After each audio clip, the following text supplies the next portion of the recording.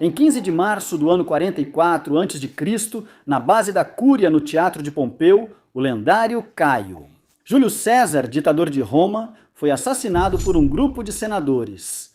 Nos meses antes do assassinato, César e o Senado travavam uma clássica luta pelo poder. Para apaziguar César, o Senado o nomeou ditador vitalício. Historiadores antigos relatam que muitos do público desejavam que ele virasse rei.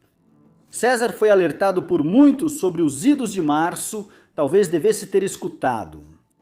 Hoje, vamos conhecer os romanos que participaram do assassinato de Júlio César.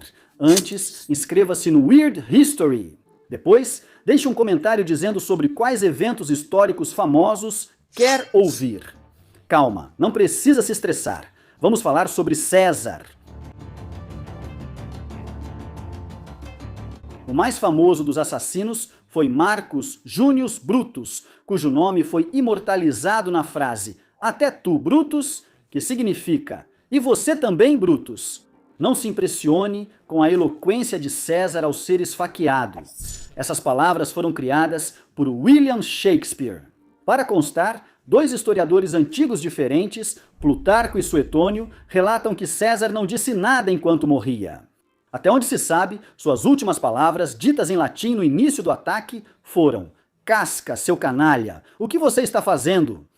Shakespeare tinha uma fonte, pois adaptou um relato antigo que dizia que as últimas palavras de César foram "Caesu teknon", ou "Você também, meu filho".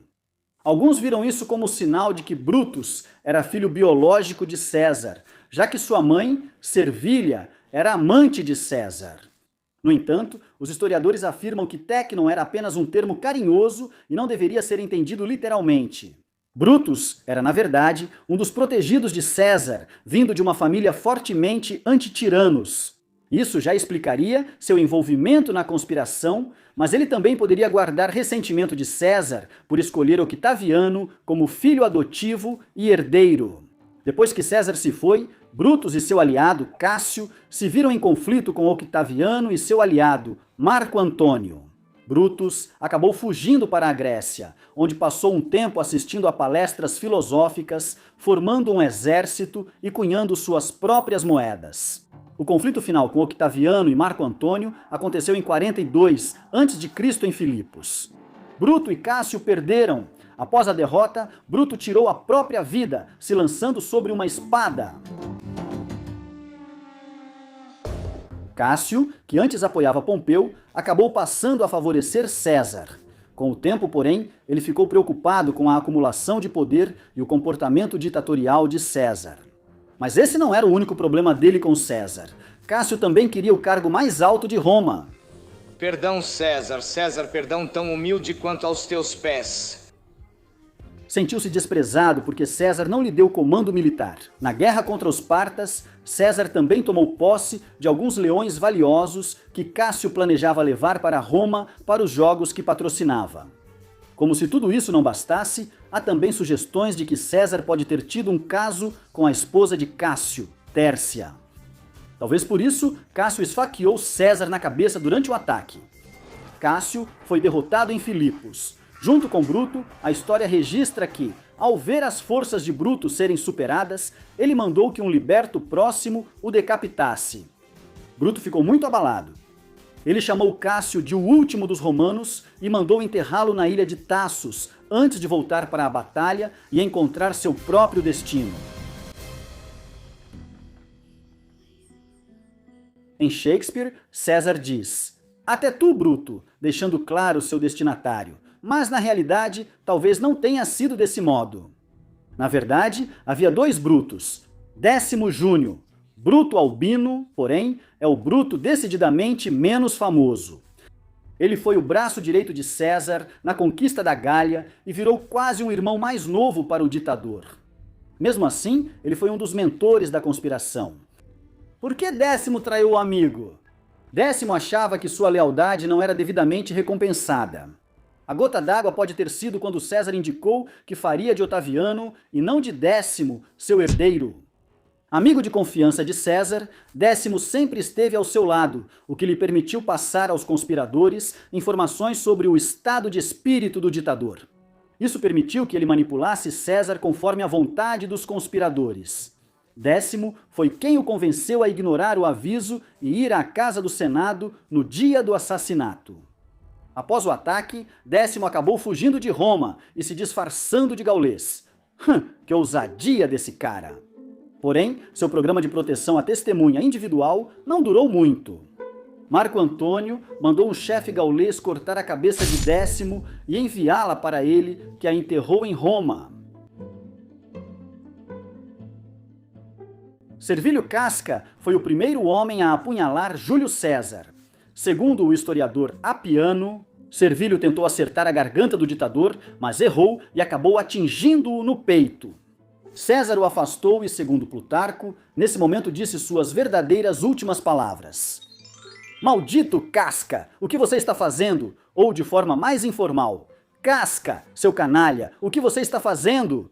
É nesse momento que Servilho Casca pediu ajuda ao irmão e os outros atacantes avançaram sobre César. Servilho tornou-se brevemente tribuno do povo, mas seu sucesso foi de curta duração. Ele acabaria tirando a própria vida. Após a derrota em Filipos,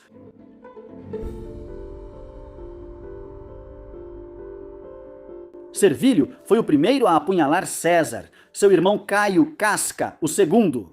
O escritor Nicolau de Damasco relata que Servilho, animadamente, chamou o irmão em grego para a diversão. Caio atendeu ao pedido, cravou a espada na lateral de César e acredita-se que esse ferimento foi provavelmente o que o matou. No final, Caio também tiraria a própria vida junto com seu irmão após Filipos. Tribônio era, segundo todos os relatos, um homem ambicioso, e mesmo que César o recompensasse regularmente por seus serviços, ele foi um dos primeiros a se juntar aos conspiradores. Segundo Apiano, no dia do assassinato, a tarefa de Tribônio era atrasar Marco Antônio, envolvendo-o em uma conversa do lado de fora do pórtico do Teatro de Pompeu. Embora valha ressaltar que Plutarco afirma que Décimo Bruto foi quem realizou essa tarefa. Após a morte de César, Tribônio conseguiu ser nomeado procônsul na Ásia, mas, como os outros, ele não teria tempo para aproveitar os frutos de sua vitória. Por muito tempo. Tribônio acabou ofendendo um poderoso ex-apoiador de César, chamado Dolabella, ao não permitir que ele entrasse na cidade de Esmirna. Por não aceitar ouvir um não, Dolabella mandou prender Tribônio, julgou-o por traição e o assassinou em sua própria cama. Depois, Dolabella permitiu que seus soldados chutassem a cabeça de Tribônio pelas ruas até ser esmagada. Nada agradável, não é? Sina, cuja irmã foi casada com César, não participou do ataque em si. No entanto, ele se dedicou muito a atiçar as chamas da revolta contra seu ex-cunhado. Eles já foram muito próximos. Mas, no dia anterior ao assassinato, Sina fez um discurso ácido contra César. Depois que o ato foi consumado, o público passou a associar Sina ao ataque. Uma multidão buscou por ele na cidade e, ao encontrar, o tirou de lá. Só que pegaram a pessoa errada. Sina, o homem que a multidão matou, era um poeta chamado Élvio Sina, enquanto Lúcio Cornélio Sina conseguiu escapar e viveu por mais 40 anos.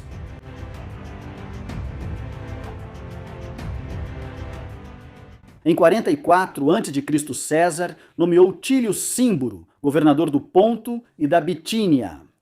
Isso já mostra o respeito que César tinha por Címboro. Ao mesmo tempo, César se recusou teimosamente a perdoar o irmão exilado de Címboro, apoiador de Pompeu. Essa recusa foi provavelmente o principal motivo para Címboro se juntar à conspiração. De acordo com Suetônio, Címboro foi o primeiro a agarrar César. Ele agarrou a toga dele e puxou o ditador para uma posição que o deixou mais fácil de ser esfaqueado. César respondeu gritando: "Por que? Isso é violência!" Após o ato consumado, Címber fugiu para a Bitínia, onde aparentemente ajudou Bruto e Cássio antes de sua derrota. Não se sabe como ou quando Címber morreu, mas muitos historiadores acreditam que ele provavelmente morreu com os outros em Filipos. Como havia 2 Brutos, por que não fazer também o de Cássio?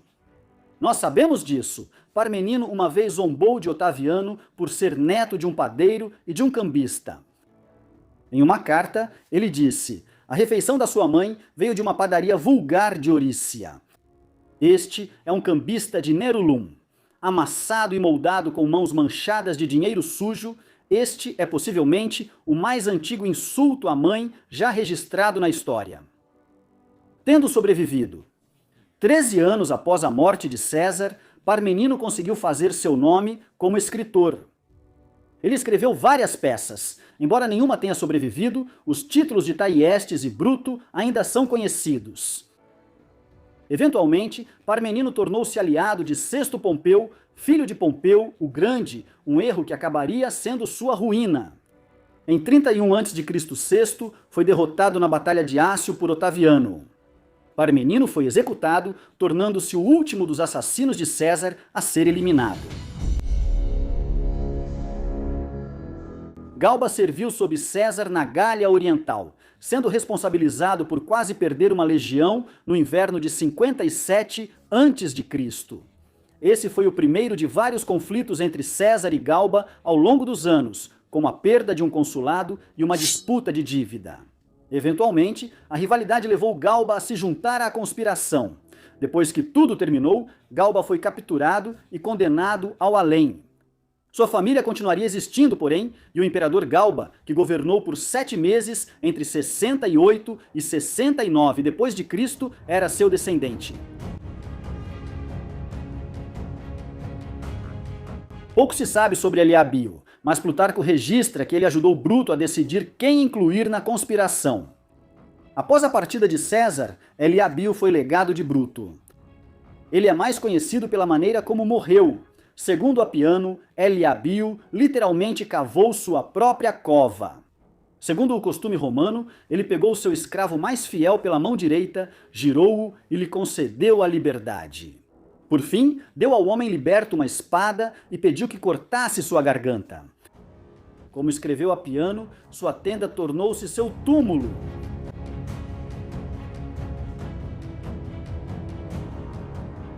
Outro 10º, este foi uma vez aliado de Antônio e lutou ao seu lado em Ácio, onde foram derrotados por Otaviano. Ao construir a frota de Antônio, Turílio derrubou partes de um bosque considerado sagrado para o deus Esculápio. Segundo Valério Máximo, após Antônio perder a batalha, Otaviano mandou executar Turílio no mesmo bosque que ele profanou. Depois de lutar contra César em nome de Pompeu, Ligário foi banido da Itália. Cícero conseguiu convencer César a permitir o retorno de Ligário, mas ele nunca superou isso. Plutarco relata que, em vez de ser grato pelo perdão, Ligário ficou ofendido pelo poder que havia colocado sua vida em perigo. Ele era um grande amigo de Bruto e se considerava um inimigo de César. Infelizmente, a história não registra o que aconteceu com Quinto Ligário. Minochosa serviu sob o comando de César na Gália e foi encarregado de esmagar as forças do rebelde Ambiorix. Resumindo, Ambiorix conseguiu escapar e o próprio Minochosa acabou sendo atacado. César considerou a derrota uma vergonha. Minochosa foi à festa de César e ficou conhecido por errar o golpe em César e cortar acidentalmente o conspirador Rúbio. De acordo com Apiano, Minochosa foi morto por seus escravos, alguns dos quais ele estava mutilando como forma de punição. Todos os conspiradores odiavam César claramente, mas um homem, Áquila, realmente odiava César. Durante uma homenagem pública a César, Áquila se recusou a se levantar para ele. César, em um dos primeiros registros de provocação, passou dias se recusando a prometer algo a alguém, sem acrescentar, isto é, se Pôncio Áquila permitir, o que deixava Áquila furioso. Mas você tem que admitir que isso é meio engraçado, de um jeito bem romano antigo. Após a eliminação de César, Áquila tornou-se tenente de Antônio e foi morto em batalha pelas tropas de Aulo Hércio no cerco de Mutina. Mais um final pouco auspicioso para um dos conspiradores que ajudaram a eliminar o grande e poderoso Júlio César. Em 14 de abril de 1865, John Wilkes Booth atirou fatalmente no presidente Abraham Lincoln, enquanto Lincoln assistia a uma apresentação muito aguardada da peça popular Nosso Primo Americano. As consequências do assassinato de Lincoln repercutiram por todo o país, gerando um efeito dominó que teria vastas ramificações para o futuro dos Estados Unidos. Hoje, estamos discutindo as consequências imediatas do assassinato de Abraham Lincoln. Certo, vamos voltar a um dos dias mais sombrios da história dos Estados Unidos. A noite de 14 de abril deveria ser como qualquer outra. No Teatro Ford, a peça extremamente popular, Nosso Primo Americano, estava em cartaz e todos realmente acreditavam que seria uma apresentação de enorme sucesso. Naquela noite, sabendo da presença de Lincoln, os atores alteraram uma fala da peça em homenagem ao presidente. A fala: "Bem, você não é o único que quer escapar. O recrutamento foi dita como: o recrutamento já foi interrompido por ordem do presidente."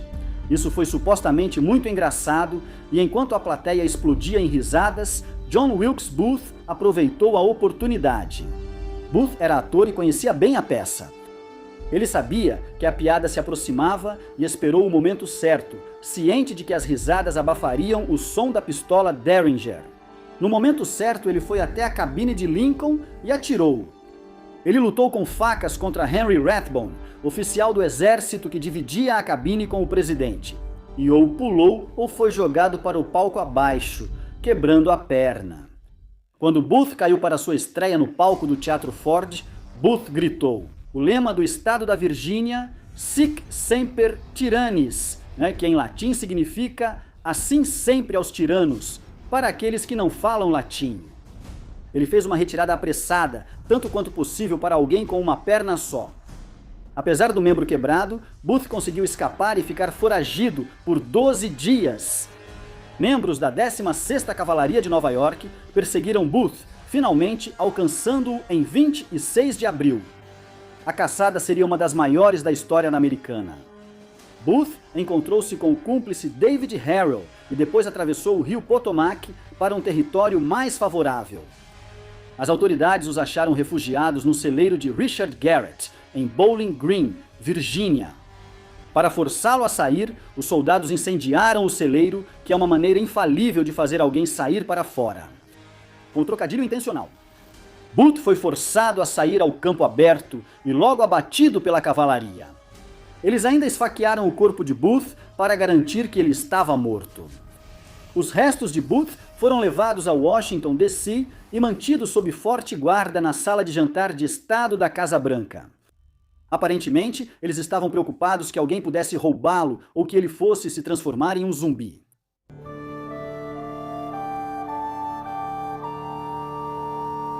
Após sua morte, um trem funerário transportou o corpo de Abraham Lincoln pelos Estados Unidos até seu local de sepultamento final em Springfield, Illinois.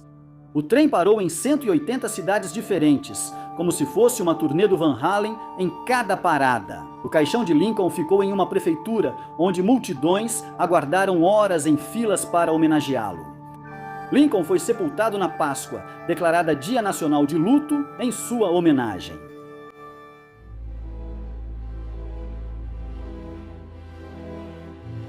Apesar de sua ligação ao assassinato de Lincoln, Nosso Primo Americano seguiu popular. Tão popular, na verdade, que um ano após a tragédia no Teatro Ford, John Sleeper Clark, que por acaso era cunhado de John Wilkes Booth, encenou ilegalmente uma versão no Winter Garden Theatre, em Nova York. Isso é uma jogada de Cato Calim. Apesar de anunciar o espetáculo no jornal, ele não pagou pelos direitos de encenar a peça. Clark tinha roubado a peça de Laura Kinney, uma atriz de sucesso que apresentou Nosso Primo Americano por 150 noites de sucesso em seu próprio teatro. Ao contrário de Clark, ela tinha os direitos e o processou. Isso não impediu Clark de seguir encenando sua versão, mesmo com os tribunais analisando o caso. O cara estava desesperado para conseguir dinheiro com seu famoso cunhado.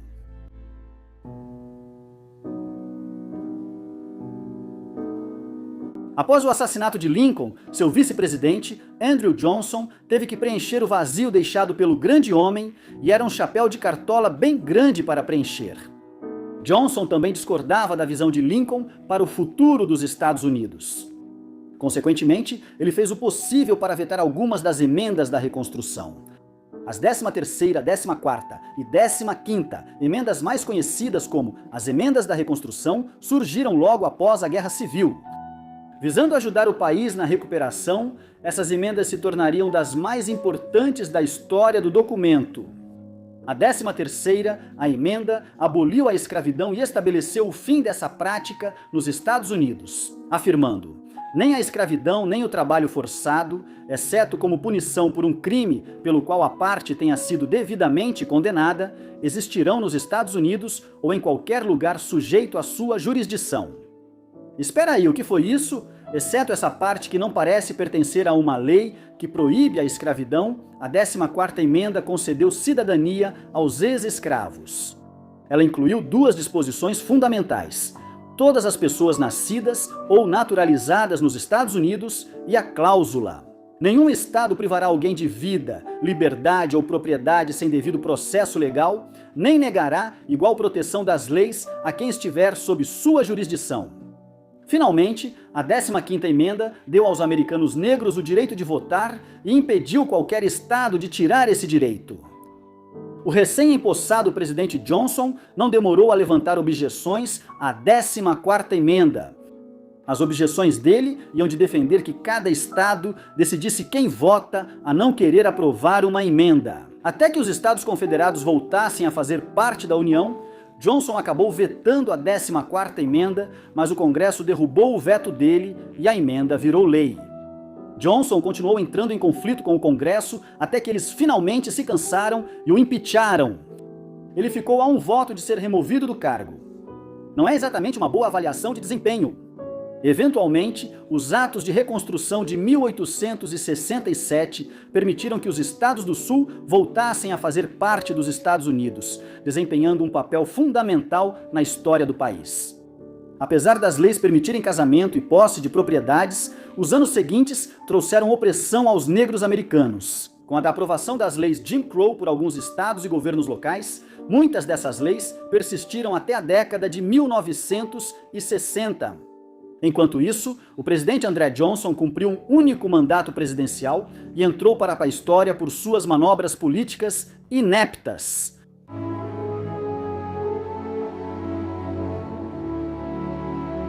A maioria só conhece o centavo como os pequenos retratos de Lincoln que se acumulam na gaveta, mas eles só ganharam essa forma após sua morte. Os primeiros centavos traziam a imagem da Senhora Liberdade, mulher de cabelos esvoaçantes. Eles também eram feitos de cobre puro, em vez da mistura de cobre e zinco que possuem hoje em dia.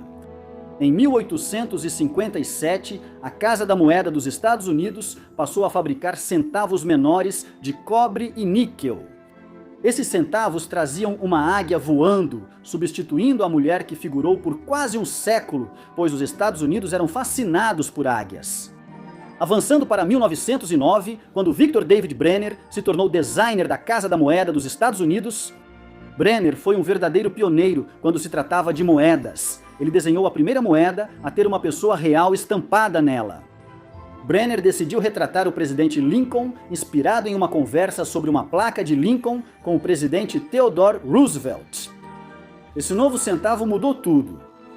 Roosevelt gostou da ideia de rostos em moedas, talvez por pensar que um dia o dele estaria em uma. O centavo passou por várias mudanças ao longo dos anos, primeiro trazendo espigas de trigo no verso do perfil do presidente Lincoln, depois o Memorial Lincoln até 2008, quando o design do centavo variou com 4 modelos diferentes.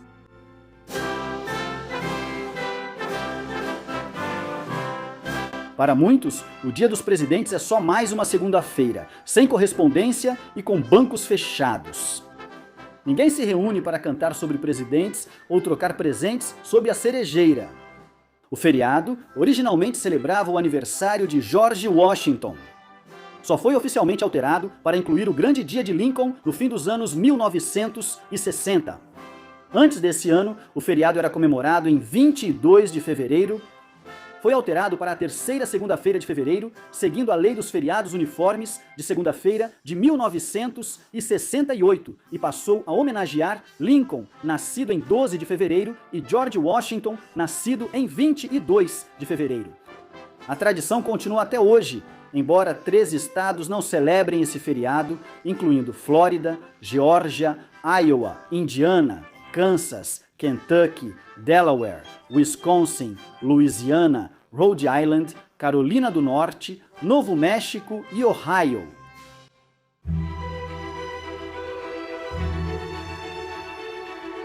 O tempo entre o assassinato de Lincoln e a invenção da televisão não é tão longo quanto você pode imaginar.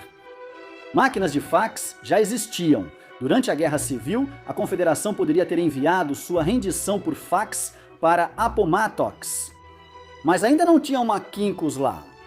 Os primeiros televisores surgiram nos anos 1920, cerca de 50 anos após o assassinato de Lincoln. Para você ter uma ideia, esse é o mesmo intervalo entre o assassinato de John F. Kennedy e o terceiro filme, Se Beber, Não Case. E alguns dos primeiros gêneros populares de programas de TV eram os programas de perguntas e respostas e os programas de entrevistas. Um homem que presenciou o destino de Abraham Lincoln no Teatro Ford participou de um programa de perguntas e respostas na TV nos anos 1950. Um episódio de 1956 do programa Eu Tenho um Segredo, um quiz show em que os jurados tinham a tarefa de adivinhar o segredo inacreditável de um participante. Apresentou Samuel Josh Seymour, de 95 anos, e o segredo de Seymour era que quando tinha 5 anos, ele estava na plateia do Teatro Ford quando Lincoln foi baleado. Como contou aos jurados e à plateia naquele dia, ele viu Booth saltar do palco e quebrar a perna. Por ser criança, ele não percebeu a importância do que presenciou. Ele só se lembrava de ter ficado preocupado com a pessoa que caiu da varanda. Abraham Lincoln foi possivelmente o maior presidente dos Estados Unidos. Após ser assassinado no Teatro Ford, em 15 de abril de 1865, Abraham Lincoln se tornou uma das primeiras celebridades da história americana a ser embalsamado. Imagina-se que o corpo de Abraham Lincoln seria respeitado após aquele dia fatídico. De certa forma, foi, mas de outra maneira, o tratamento do corpo de Abraham Lincoln mudou tudo sobre funerais nos Estados Unidos para sempre. Hoje, veremos como o assassinato de Abraham Lincoln originou a indústria da morte americana, que movimenta bilhões. Obrigado por virem. Quem quiser prestar homenagens, por favor, assista ao vídeo explicativo. Antes da Guerra Civil, os americanos lidavam com os mortos de forma simples. Eles lavavam os corpos, vestiam-nos bem e acendiam velas ao redor para tentar disfarçar o mau cheiro. Depois disso, amigos, parentes e ex-amantes desiludidos podiam passar para se despedir uma última vez. Então, uma vez no cemitério, o caixão, que geralmente era uma simples caixa de madeira, era baixado à terra. As pessoas falavam palavras bonitas, mas geralmente só isso. A jornada de alguém aqui chegou ao fim. Sem complicações ou bagunça. Agora vamos comer salada de batata no velório. Como havia americanos em ambos os lados, a Guerra Civil foi o confronto mais sangrento já visto no país. Isso significava que, de repente, muitos mortos estavam espalhados. Claro, os corpos sem vida se decompunham rapidamente, então a maioria dos soldados era simplesmente abandonada nos campos de batalha para se decompor. Isso era aceitável para muitos, mas nem todos queriam voltar à terra em qualquer lugar aleatório. A embalsamação foi inventada na Europa na década de 1830 e quando a Guerra Civil começou, já havia chegado à América. Esses embalsamadores recém-formados abordavam soldados prestes a lutar, oferecendo seus serviços caso precisassem. Embora seja preciso respeitar a iniciativa, provavelmente você não vai se surpreender ao saber que os militares consideraram isso ruim para o moral e acabaram com a prática. Mas os soldados não eram as únicas pessoas que podiam escolher ser embalsamadas. Famílias ricas do norte pagavam para trazer entes queridos mortos de volta, permitindo a longa viagem sem decomposição. Soldados precisavam ser embalsamados. Estima-se que 40 mil dos 600 mil soldados mortos passaram pelo processo de embalsamamento.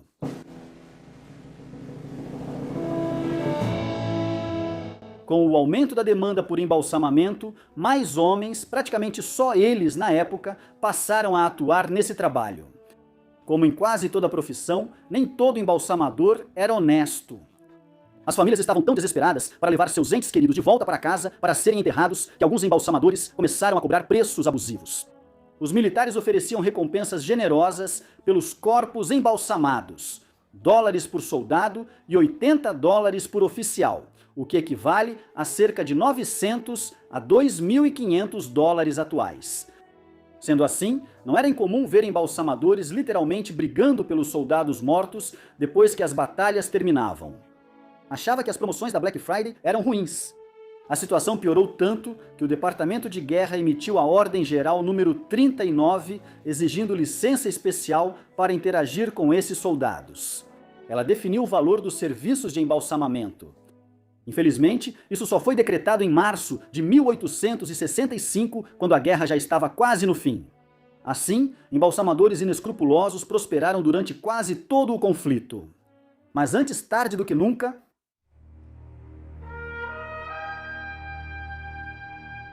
o presidente Lincoln já conhecia o embalsamamento quando passou pelo processo. Na verdade, a primeira vítima da Guerra Civil foi embalsamada. O nome dele era Coronel Elmer Ephraim Ellsworth, e ele era amigo de Lincoln. Ele foi morto em 24 de maio de 1860 e baleado após retirar uma bandeira confederada do topo de um hotel em Alexandria, Virgínia. O embalsamador Dr. Holmes ofereceu-se para embalsamar Lincoln de graça, provavelmente para exibir sua nova técnica. O caixão foi até feito com uma janela especial para que você pudesse ver o rosto e o peito de Ellsworth. Milhares foram ver o coronel em Washington e Nova York, e ele só foi enterrado após 10 dias. O processo de embalsamamento fez seu trabalho, mas ainda assim não era infalível. O New York Times noticiou na época que o rosto de Ellsworth tinha palidez lívida. O New York Times costuma descrever toda a apresentação do Coldplay dessa forma. Lincoln provavelmente aprovou o embalsamamento, pois quando seu filho Willie morreu menos de um ano depois, a família solicitou o mesmo procedimento para ele.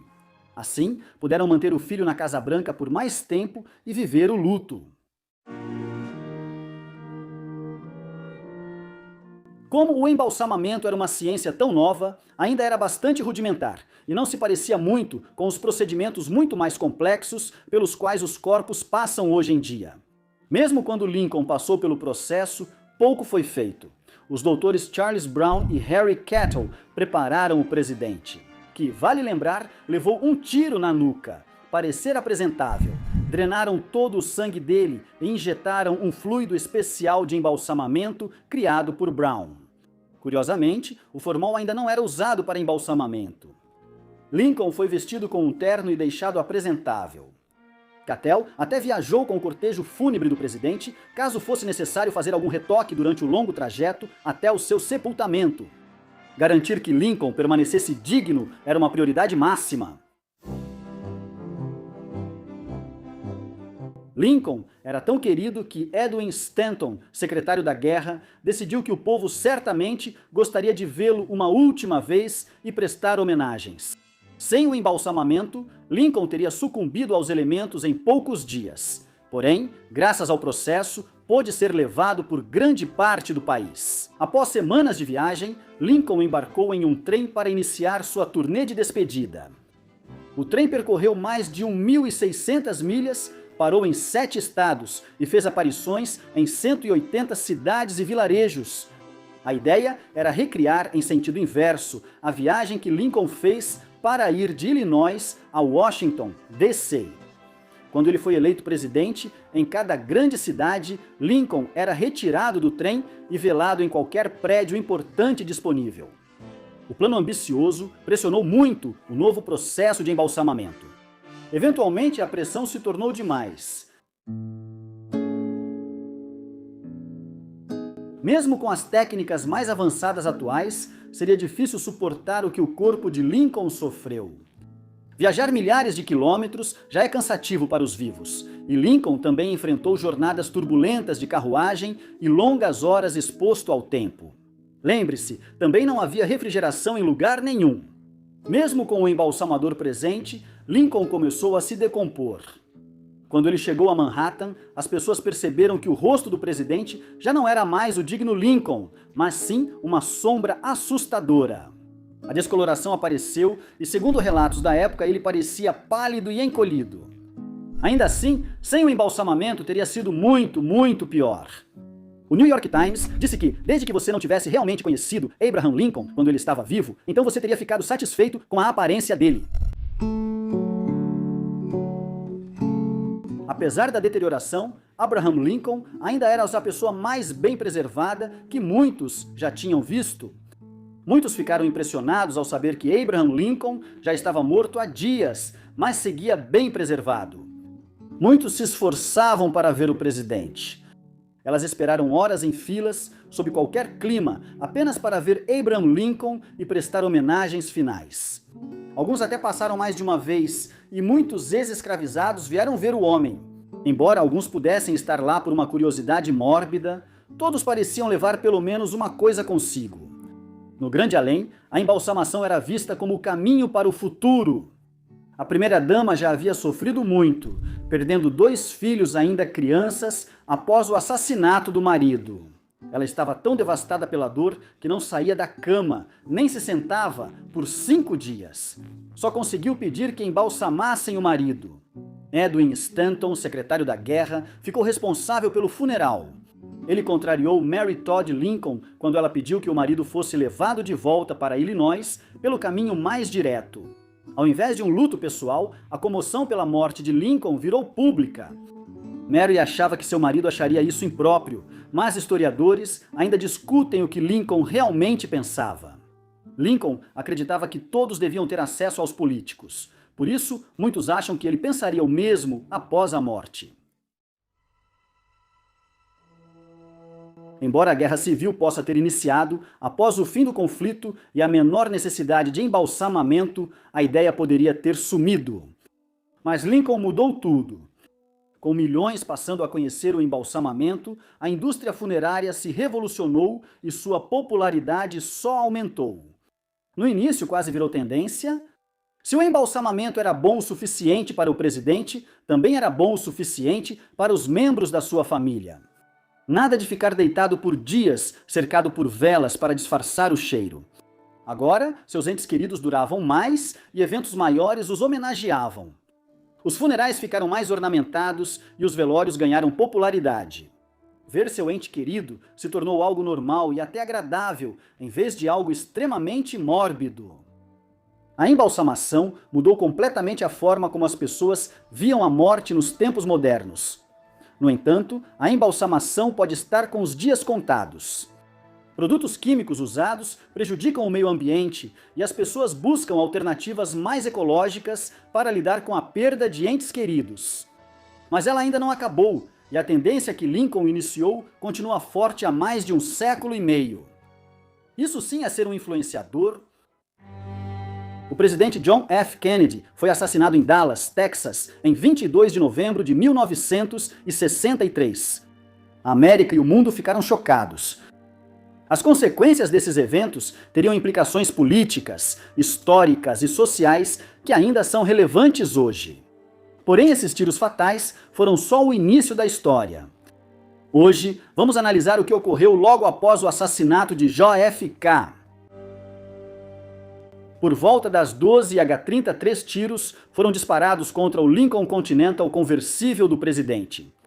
Ao ouvir o primeiro tiro, o agente do serviço secreto Clint Hill, que estava no carro de apoio, saiu de sua posição e correu até a limusine presidencial. Ele planejava proteger o presidente com o corpo, mas antes de chegar, 2 tiros foram disparados. O terceiro e último tiro é considerado o que estilhaçou o crânio do presidente. Após o tiro, Jack, esposa do presidente, entrou em pânico e tentou sair do banco do passageiro, subindo no porta-malas. Nesse momento, o agente Hill conseguiu segurar a traseira do carro. Ele subiu no carro e forçou Jack Kennedy a voltar para o banco de trás. Assim que o automóvel acelerou a caminho do Hospital Parkland, Jack falou com seu marido. Em uma entrevista, ela lembraria de dizer: "Jack, você me ouve? Eu te amo, Jack." O agente Hill disse depois que se estivesse no para-choque do carro do presidente, em vez do de trás, teria salvo JFK a tempo. Após disparar 3 tiros contra a comitiva do 6º andar do depósito de livros escolares do Texas, Lee Harvey Oswald escondeu seu rifle entre algumas pilhas de livros.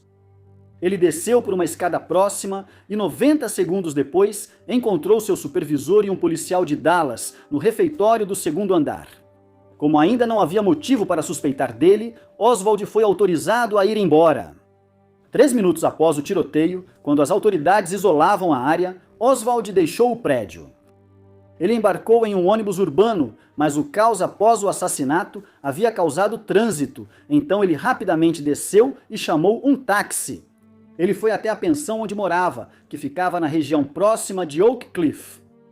A governanta viu ele entrar no quarto e sair poucos minutos depois, já de jaqueta.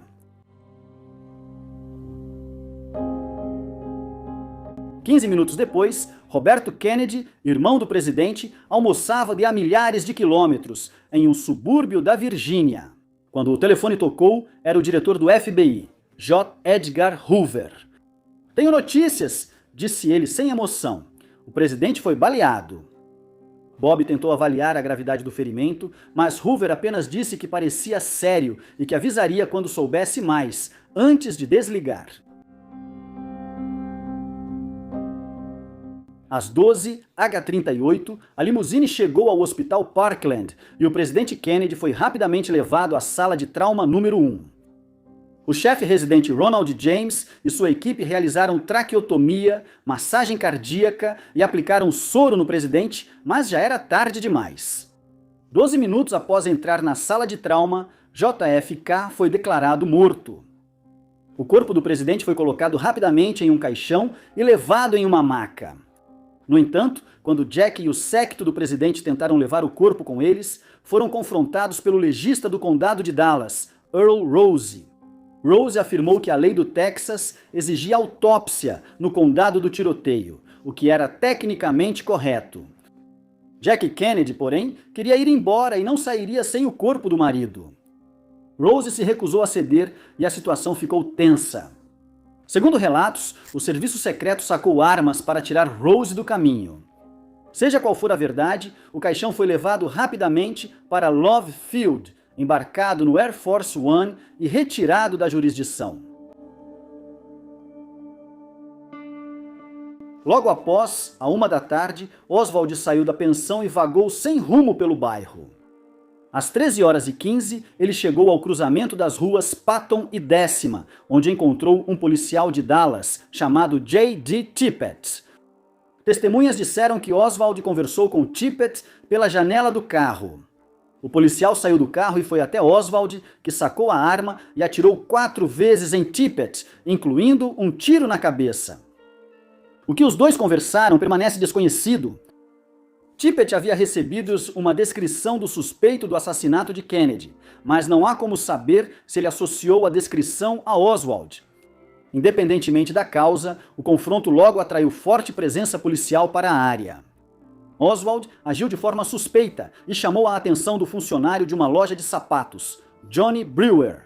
Tendo ouvido as sirenes no bairro, Brewer decidiu seguir Oswald, que rapidamente entrou em um cinema próximo sem pagar ingresso. Brewer falou com um funcionário do cinema, que chamou a polícia. A polícia de Dallas invadiu o cinema, interrompeu o filme e acendeu as luzes da sala. Um policial, chamado Nick MacDonald, revistou alguns clientes aleatórios e finalmente chegou até Oswald. Quando MacDonald pediu para ele se levantar, Oswald gritou: "Agora acabou!" Ele pulou no policial, deu um soco com uma mão e tentou pegar sua arma com a outra. Outros policiais cercaram Oswald e MacDonald conseguiu desarmá-lo. Lee Harvey Oswald foi contido, algemado e levado para fora do teatro diante de uma multidão furiosa que já começava a associá-lo ao assassinato do presidente. Às 14h38 horário central, a juíza Sarah T. Hughes, uma juíza federal nomeada por John F. Kennedy apenas alguns meses antes, empossou Lyndon Baines Johnson como o 36º presidente dos Estados Unidos da América. Essa foi a primeira e única vez que o juramento foi realizado por uma mulher. Johnson, ansioso em mostrar o apoio dos Kennedys à transição, insistiu que Jack permanecesse ao seu lado durante sua posse. O Força Aérea. Chegou à base aérea de Andrews por volta das 18, horário do leste dos Estados Unidos. O país viu ao vivo o caixão do presidente ser retirado do avião e colocado na ambulância. Roberto Kennedy, que embarcou no avião ao chegar, apareceu com Jack. Por fim, o presidente Johnson saiu da aeronave e falou rapidamente com os repórteres. Sofremos uma perda que não pode ser medida. Nesse momento, Jack Kennedy ainda usava o famoso traje rosa. Após seu marido ser baleado, o sangue seco de JFK era claramente visível em sua saia. Isso não foi um descuido. Mais cedo, assessores perguntaram a Jack se queria trocar de roupa, mas ela recusou. Quero que vejam o que fizeram com Jack. Na sexta noite, Oswald foi acusado de atirar em Tippett. Horas depois, no sábado de manhã, foi indiciado pelo assassinato de John F. Kennedy. Durante uma coletiva improvisada, Lee Harvey Oswald disse: "A única coisa que fiz foi carregar uma pistola em um filme. Não matei nem atirei em ninguém, sou só um bode expiatório." Apesar do passado peculiar de Lee Harvey Oswald como atirador de elite dos fuzileiros navais, ex-morador da União Soviética e agitador marxista, isso gerou suspeitas sobre ele. Ele manteve sua inocência durante todo o tempo na cadeia do Condado de Dallas. No domingo, 24, o caixão do presidente Kennedy foi levado à rotunda do Capitólio dos Estados Unidos, pelo mesmo carro fúnebre puxado por cavalos que levou o caixão de Franklin Delano Roosevelt em 1945. Acompanhando estava um cortejo fúnebre que incluía a família Kennedy, membros das Forças Armadas e centenas de autoridades do governo e líderes mundiais. Aproximadamente 1 milhão de pessoas compareceram para assistir, e nas 24 horas seguintes, cerca de 250 mil membros do público, em geral, puderam prestar suas homenagens. Mesmo com o frio intenso, a fila para entrar passava de 3 quilômetros. Quando a visitação acabou, milhares ainda aguardavam e não entraram. No domingo, dia 24, a polícia de Dallas decidiu transportar Oswald de sua sede no centro da cidade para outro local em uma cadeia do condado.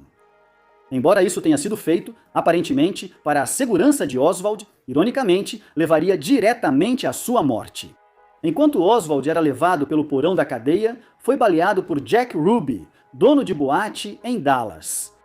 O tiroteio foi transmitido ao vivo na TV, provocando nova onda de choque em uma nação já abalada.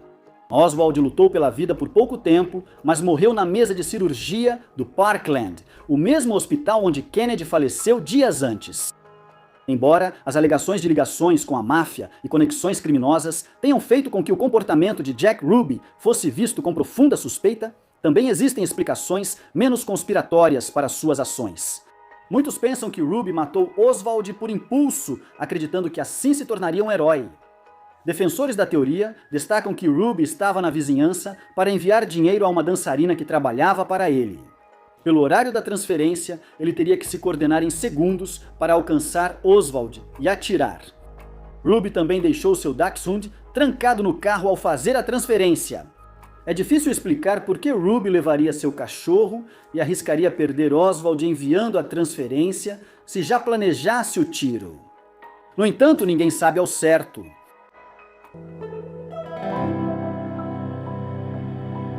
Em 25 de novembro, a missa fúnebre de JFK ocorreu na Catedral de São Mateus, com mais de 1.200 convidados. Ao final, o caixão foi levado pelos degraus da catedral, antes que os membros da família Kennedy, considerados muito jovens, para comparecer ao enterro. Essa seria a última vez que as crianças veriam o caixão do pai. Quando ele passou, Jack Kennedy sussurrou algo no ouvido do filho, John. O menino ficou em posição de sentido e prestou continência ao caixão do pai. Esse gesto virou um marco visual do século XX, porém, não deve ter sido fácil para o menino em seu 3º aniversário. Após a missa, o caixão foi levado ao Cemitério Nacional de Arlington, em cortejo com líderes de 99 países. Muitos achavam que Kennedy deveria ser enterrado em Brookline, Massachusetts, mas uma visita a Arlington fez Jack mudar de ideia. Ela acreditava que ele pertencia ao povo e, por fim, escolheu enterrá-lo em um local de destaque na encosta em frente à mansão Custis Lee. Em nome do Pai, do Filho e do Espírito Santo. Amém. Amém.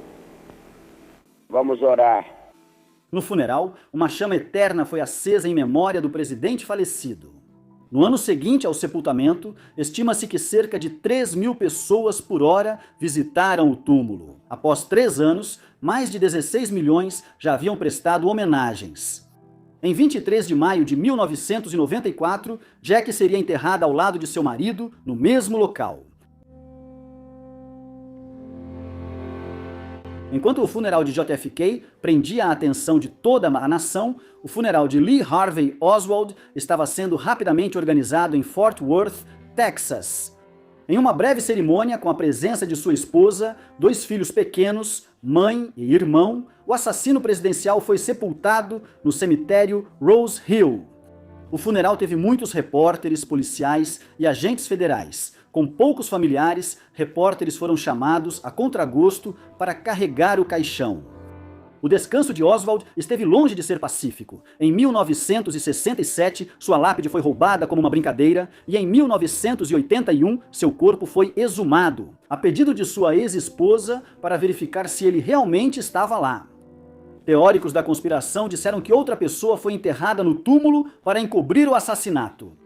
Registros dentários e uma cicatriz de infância identificaram o corpo como Lee Harvey Oswald. A Segunda Guerra Mundial gerou algumas das histórias de espionagem mais incríveis do século XX. Engano, traição, duplas traições. Esses espiões já viram de tudo e até mais. Então hoje vamos revelar as histórias de espionagem mais incríveis da Segunda Guerra Mundial que você já ouviu. Mas antes de desenterrarmos esses infiltrados,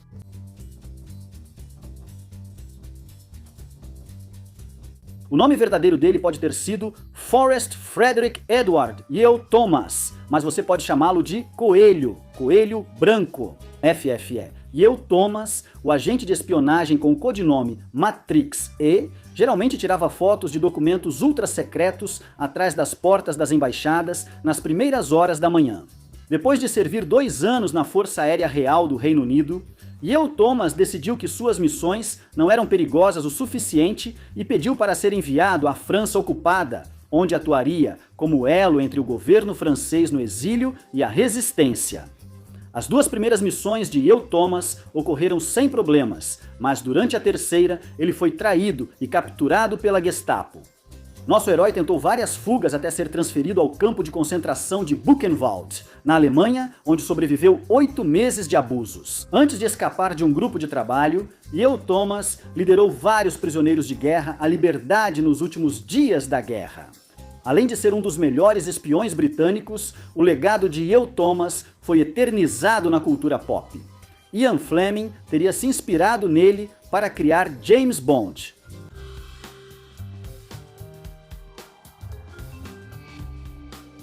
Em 1930, Krystyna Skarwek, de 22 anos, foi vice-campeã do concurso Miss Polônia e estava em seu 2º casamento, desta vez com o escritor e político Jerzy Giżycki. Então, 9 anos depois, a Alemanha invadiu a Polônia e tudo mudou.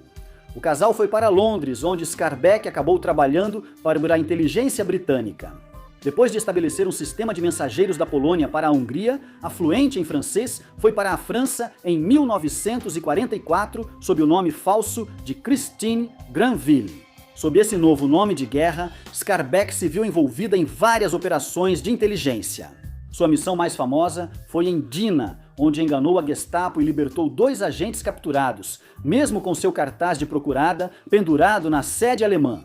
Até para os nazistas, isso é constrangedor. Apesar de receber medalhas da França e do Reino Unido, Skarwek foi dispensada pelo governo britânico. Após a guerra, ela não teve permissão para retornar à Polônia comunista e sua vida lentamente saiu do controle. Ela acabou morando em um hotel de navio de cruzeiro em 1952, onde foi vítima de um crime cometido por um pretendente rejeitado, Denis Muldowney. Em 1935, Wilhelm Canadas achava Adolf Hitler o máximo. Ele chegou a ser nomeado chefe da Abwehr, a inteligência militar da Alemanha. Depois, Canaris presenciou de perto as atrocidades de Hitler na Segunda Guerra e mudou de opinião rapidamente. Para corrigir esses erros, Canaris reuniu opositores com ideias semelhantes na Abwehr e Forças Armadas. Ele participou de conspirações para eliminar o Führer, mantendo distância dos planos para não ser implicado.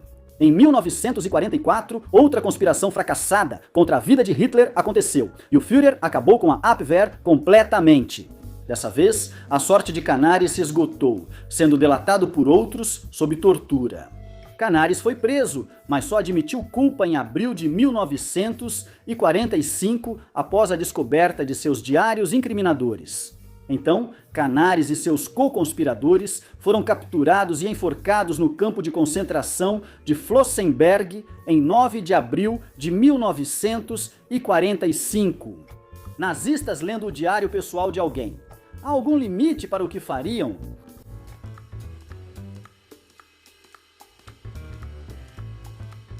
Odete. Alô foi nascida na França em 1912, mudando-se para a Grã-Bretanha após se casar com um inglês em 1931. 11 anos depois, graças à qualidade de suas fotos de guerra, Odete foi recrutada pelo Grupo de Espionagem Britânico, o Executivo de Operações Especiais.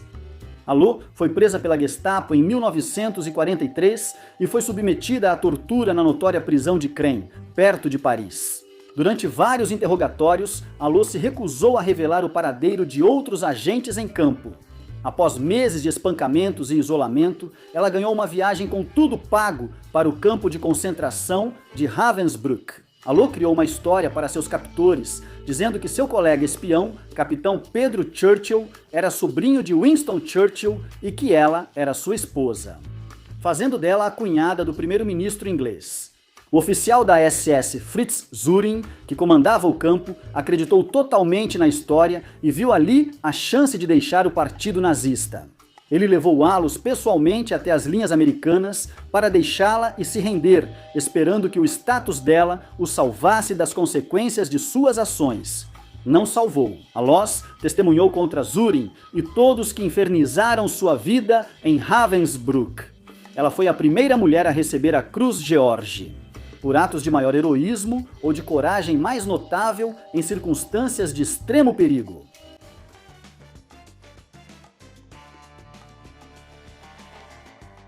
A dupla de marido e mulher, Haro e Libertas Schulze-Boysen, odiava o Terceiro Reich. Ambos vieram de famílias alemãs de classe alta, com Haro sendo filho de um oficial naval condecorado e Libertas sendo filha da nobreza alemã. Essas ligações familiares ajudaram Haro a obter um cargo no Ministério da Aeronáutica do Reich em 1934. Após se estabelecerem, formaram um grupo de antinazistas com ideias semelhantes. À medida que a década de 1940 se aproximava, a oposição privada deles rapidamente evoluiu para espionagem legítima, com grandes quantidades de informações sendo trocadas entre eles, os soviéticos e o governo dos Estados Unidos. Isso resultou no apelido A Orquestra Vermelha, pois eles cantavam para a Rússia soviética. Libertas aproveitava sua posição no cinema alemão para registrar crimes de guerra e transmiti-los por rádio. Mas, em 1942, um dos agentes transmitiu do mesmo lugar 2 vezes. A Gestapo localizou e prendeu o grupo ao decodificar mensagens para identificar outros envolvidos. A Gestapo passou o verão caçando membros da resistência e acabou prendendo Haro no Ministério da Aeronáutica em 31 de agosto de 1942. E 3 dias antes do Natal, todos os membros capturados do clube de espionagem Schulze-Boysen foram eliminados.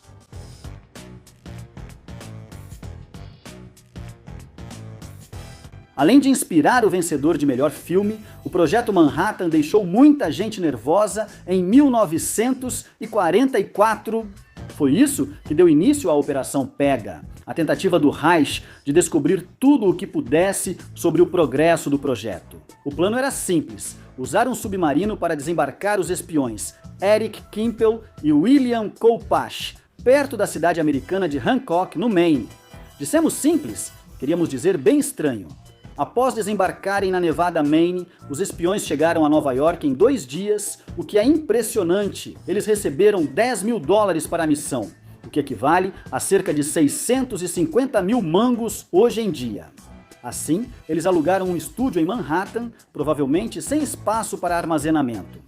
Como sempre acontece com a humanidade, a ganância mostrou sua face feia e arruinou o plano para os 2 homens. Culpa roubou quase todo o dinheiro e saiu para uma farra, o que expôs os 2 espiões e resultou na prisão deles. Em 30 de dezembro, ambos foram condenados à morte, mas como o presidente Franklin D. Roosevelt não apoiava a pena capital, as sentenças foram comutadas.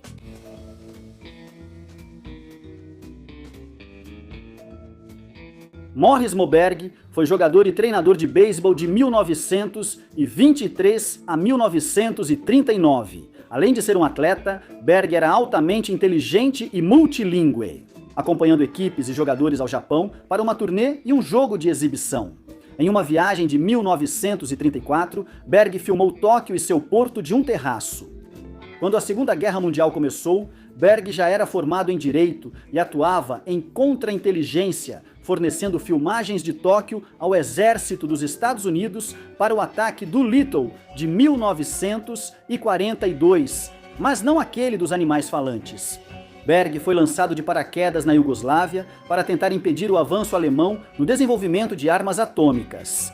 Para isso, Berg focou toda a sua atenção no físico alemão Werner Heisenberg, aquele que bate a porta. Na verdade, Berg planejava eliminar Heisenberg durante a palestra. Com uma pistola no bolso e uma cápsula de cianeto, Berg assistiu à palestra e concluiu que Heisenberg não tinha criado nenhuma arma, adiando o assassinato. Isso é deixar para a última hora. Após a guerra, Berg foi condecorado e recusou a Medalha Presidencial da Liberdade, pois não podia revelar o motivo da honraria após o fim de seu contrato de inteligência. Nos anos 50, Berg passou 20 anos com amigos e parentes, sem revelar se continuava em missões ultra-secretas. Ele faleceu em 1972, aos 70 anos de idade, e foi condecorado póstumamente com a Medalha de Honra, que foi doada ao Hall da Fama do Beisebol. O albanês Eliezer Bosna foi contratado como manobrista pelo embaixador britânico na Turquia. E seu novo chefe, com o nome tipicamente britânico Sir Hugh Natchbull Hodgson, era notório por levar para casa documentos sensíveis e confidenciais. Com o codinome Cícero, Bosna ganhou dinheiro extra fotografando e vendendo documentos ultra-secretos para a Alemanha em 1944. Esse bico também rendeu uma boa grana, com Bosna recebendo a maior quantia já paga a um espião até então. Eventualmente, os detalhes específicos dos vazamentos apontavam todos os indícios para a embaixada em Ankara como a fonte. Apesar de parecer ter Bosna sob controle, ele quase foi descoberto na guerra. Após o conflito, Bosna aprendeu da pior forma o que é vender segredos ao Reich. Após fracasso de novos empreendimentos por pagamentos falsificados dos alemães, ele tentou processar o governo pelo que lhe era devido, mas sem sucesso, terminou seus dias como vigia noturno.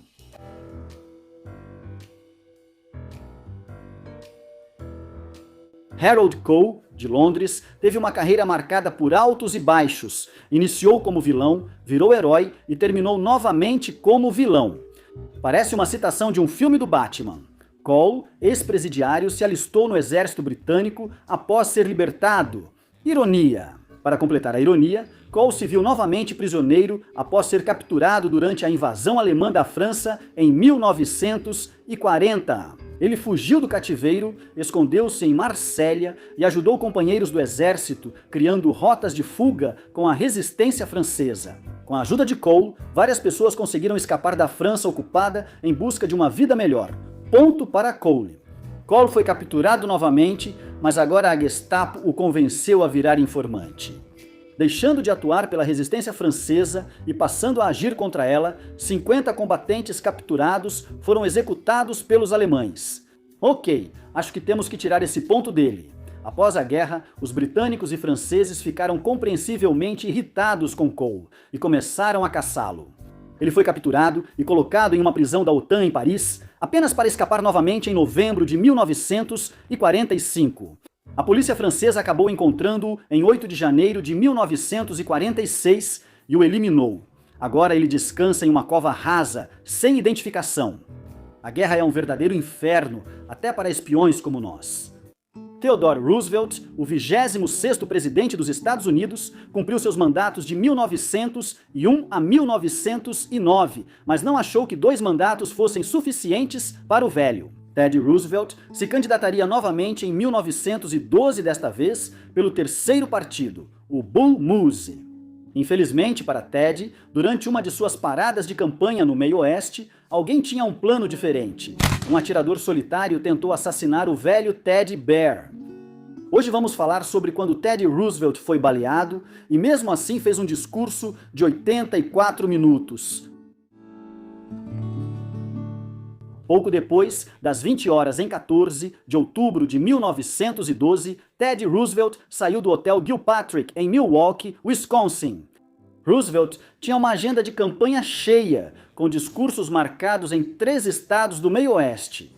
Ele estava a caminho do último discurso do dia, um verdadeiro gigante, com 50 páginas no auditório de Milwaukee, com um discurso apertado de 84 minutos, dobrado no bolso do peito do seu sobretudo, ao lado de um estojo de metal para seus óculos. Ted seguiu para seu veículo ao ar livre.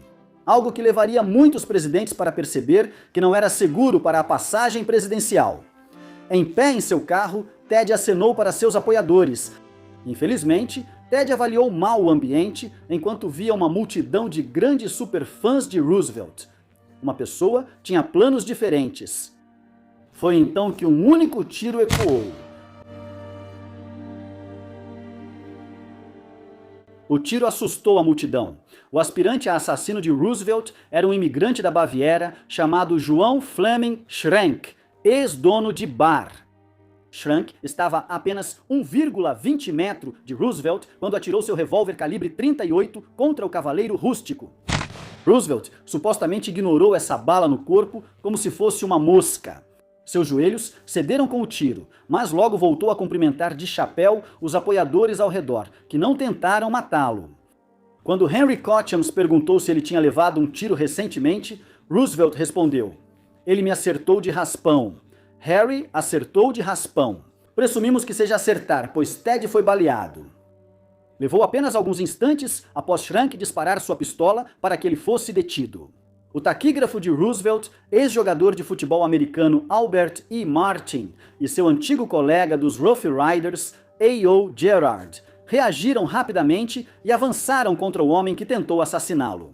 Os instintos de Rough Rider de Martin foram úteis, indo direto à pistola ao deter Schrank e evitar outro disparo. A dupla dinâmica recebeu apoio imediato de vários policiais de Milwaukee e juntos esse grupo de homens dominou o atirador. A multidão de fãs de Roosevelt gritava pela morte do agressor, como qualquer boa e descontrolada turba furiosa faria. À medida que os gritos por sangue aumentavam, Roosevelt tentou acalmar todo mundo. "Não o machuquem, tragam-no para mim", exigiu Roosevelt. Os oficiais então apresentaram Schrank. Roosevelt então entregou seu agressor à polícia, dizendo: "Oficiais, cuidem dele e garantam que nada de mal aconteça com ele." Enquanto examinava a pistola, ele aproveitou para fazer uma pequena piada sobre a arma, dizendo: "Um 38 Colt tem um recuo feio." Em seguida, um secretário mostrou o buraco de bala no sobretudo de Roosevelt, que respondeu: "Eu sei." Roosevelt percebeu que havia sido ferido e, com o responsável preso, pôde avaliar se, por exemplo, a bala perfurara seus pulmões. Ele abriu o casaco e todos viram que sua camisa estava ensanguentada. Roosevelt, em um dos testes mais masculinos, verificou seu próprio sangramento interno tossindo nas mãos para ver se havia sangue. Felizmente, a tosse estava seca. Sentindo-se confiante de que sua mão sem sangue significava um pulmão sem bala, Roosevelt insistiu em continuar com o discurso programado, longe dele decepcionar seus fãs. Roosevelt disse aos colegas: "Sei que estou bem agora, mas não sei até quando. Esta pode ser minha última causa para nosso povo. E enquanto eu estiver bem, vou até o salão e farei meu discurso." Toda a equipe de campanha implorou para Roosevelt não fazer um discurso longo após levar um tiro no peito, inclusive seu médico, Scurry Terrell, especialista em garganta com um nome próprio infeliz. Ele integrava a equipe do velho Rose para garantir que ele mantivesse a voz na campanha. Após chegarem ao auditório de Milwaukee, mais 2 médicos que aguardavam o discurso de Roosevelt foram chamados da plateia. Os médicos alertaram Roosevelt que subir ao palco após ser baleado no peito não era recomendável, mas Ted não se abalou. Ele pegou um lenço, colocou sobre o ferimento de bala, abotoou a camisa e foi para o palco. Que cara durão! Harry Cotchams fez uma apresentação empolgante para Roosevelt e preparou o público para ouvir um homem recém-baleado, dizendo: "Senhoras e senhores, tenho algo a lhes dizer e espero que recebam com calma." Quando saiu do hotel, uma mão covarde apontou um revólver para o coronel.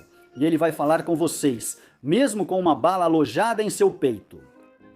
Na multidão, alguém, talvez um viajante do tempo, gritou notícia falsa, enquanto outros perguntaram com compaixão se ele estava ferido. Roosevelt aproveitou a chance para entrar triunfante, exibindo à multidão horrorizada seu casaco e colete ensanguentados. Ele pediu à multidão traumatizada que ficasse em silêncio e ouvisse. "Eu não sei se vocês entenderam que fui baleado, mas é preciso mais para derrubar um alce selvagem." Apesar de prometer ser breve por causa da bala possivelmente alojada no peito, Roosevelt quebrou a promessa e falou por 84 minutos impressionantes.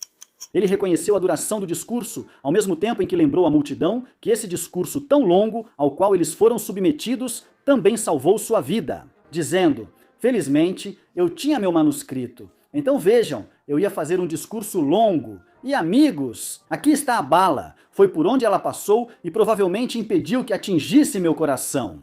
A bala está em mim agora, mas farei o meu melhor." Roosevelt lembrou ao público que, apesar da tentativa contra sua vida, suas preocupações eram com eles. Enquanto ele falava, médicos ficaram por perto prontos para agir se ele desmaiasse. Após 45 minutos, Ted prometeu só mais 15.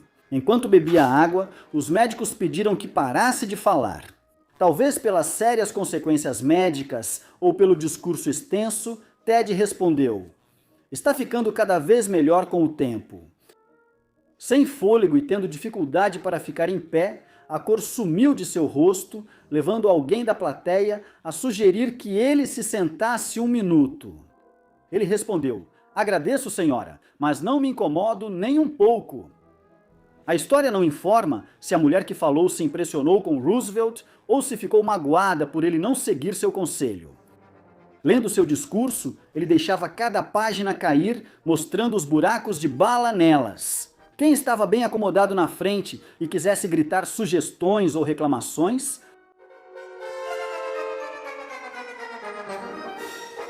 Roosevelt não estava louco. Claro, depois do discurso épico, foi para um hospital de verdade.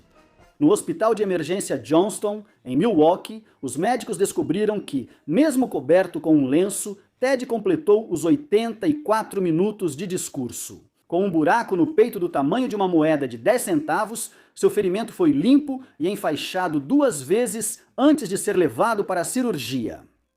O médico Dr. Joseph Colt Bloodgood, um nome que considero sombrio e apropriado para um médico, juntou-se aos Drs. R.G. Saley e T.A. Stratton para cuidar de Roosevelt. Uma das enfermeiras pediu desculpas sem autorização. Em nome de toda a cidade de Milwaukee, Roosevelt assegurou a ela que estava tudo bem entre ele e a Cream City. Sim, esse é realmente um dos apelidos de Milwaukee, Cream City. Roosevelt sabia que o discurso longo provavelmente salvou sua vida e evitou que a bala causasse mais danos. Mas, para não ficar atrás, o estojo de aço dos óculos provavelmente foi essencial para impedir que a bala atingisse seus órgãos. Isso, junto com os suspensórios grossos e o grande sobretudo, praticamente tudo o que ele carregava ajudou a parar a bala. Mas foi os 50 páginas dobrado no bolso do peito que tornou Roosevelt quase à prova de balas quando foi atingido. Sem a coleção de itens grossos ao redor dos órgãos vitais de Roosevelt, a arma usada no atentado teria certamente o matado-se disparada a queima-roupa. Um fato que ele fazia questão de lembrar ao seu público durante seu longo discurso, que o discurso volumoso provavelmente impediu que a bala atingisse seu coração. Nem preciso dizer que é raro alguém estar são ao atirar em ex-presidentes, mas no caso de Schrank, isso era ainda mais verdadeiro. Quando ele foi detido, as autoridades acharam uma carta com ele. Isso já era toda a evidência necessária, além das várias testemunhas. Schrank viajou de Nova York para assassinar Roosevelt por causa de um sonho que teve, no qual o presidente William McKinley se levantava de seu caixão e apontava para um homem que ele, no sonho, reconheceu como Teddy Roosevelt. E McKinley disse: "Este é o meu assassino, vingue a minha morte." Schrank acordou e fez o óbvio, levou o sonho ao pé da letra e decidiu vingar a morte do presidente William McKinley, cuja morte não foi causada por Theodore Roosevelt. Com esse diário de sonhos, Schrank foi avaliado e considerado como tendo delírios insanos, sendo considerado incapaz de ser julgado. Ele foi internado no Hospital Estadual Central para Criminosos Insanos em Waupun, Wisconsin, onde permaneceu até morrer em 1943. O partido Bull Moose de Roosevelt acabou perdendo a eleição de 1912 após dividir o voto republicano e entregar a presidência ao democrata Woodrow Wilson. Mas a bala em seu peito permaneceria confortavelmente no corpo de Ted para sempre. Médicos do Hospital de Emergência Johnston concluíram após discussão e raio-x que a bala ao lado da quarta costela de Ted era perigosa demais para ser removida cirurgicamente. Um verdadeiro souvenir, este é Teddy Roosevelt, um cavaleiro destemido. A Rainha Vitória governou a Grã-Bretanha e a Irlanda de 1837 até sua morte em 1901. Mas não foi fácil. Durante seu longo reinado, a Rainha Vitória conduziu seu reino por alguns eventos traumáticos e difíceis. Ela foi muito popular na Inglaterra e continua entre os monarcas mais amados e conhecidos da história mundial. Durante a jornada, a monarca enfrentou 8 tentativas de assassinato por 7 pessoas distintas. Hoje, vamos dar uma olhada nos 7 aspirantes a assassinos da Rainha Vitória.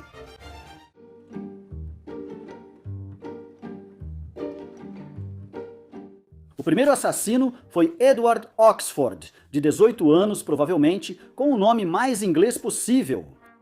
Segundo sua mãe, Edward agia de forma estranha e tinha explosões repentinas de raiva ou risadas, lembrando uma versão vitoriana do Coringa. Ninguém sabe ao certo, mas esse comportamento estranho pode ter lhe custado o emprego no pub local. O que sabemos é que alguns dias depois de entrar para o grupo dos desempregados, ele comprou 2 armas e foi em direção ao Palácio de Buckingham. Era junho e o clima estava agradável. Eduardo aguardou do lado de fora do palácio, com multidões de curiosos esperando ver a rainha ou o príncipe Alberto. Eduardo precisaria esperar até o fim da noite. Eventualmente, uma carruagem saiu pelos portões e subiu a Constitution Hill rumo ao Hyde Park. Oxford aguardou até a carruagem real se aproximar. Quando se aproximaram, Eduardo atirou 2 vezes. Segundo o diário da rainha, após o primeiro tiro, Alberto segurou sua mão e disse: "Meu Deus, não se assuste." Foi bem tranquilo do Eduardo. Vitória garantiu a ele que não estava abalada e não percebeu que o tiro era para ela. Após o segundo tiro, Oxford foi rapidamente contido pela multidão, que disse que ele delirava sobre mulheres não deverem governar a Inglaterra. Vitória, grávida de 4 meses na época, foi elogiada pelo público britânico por sua coragem. Vitória venceu Assassino Zero.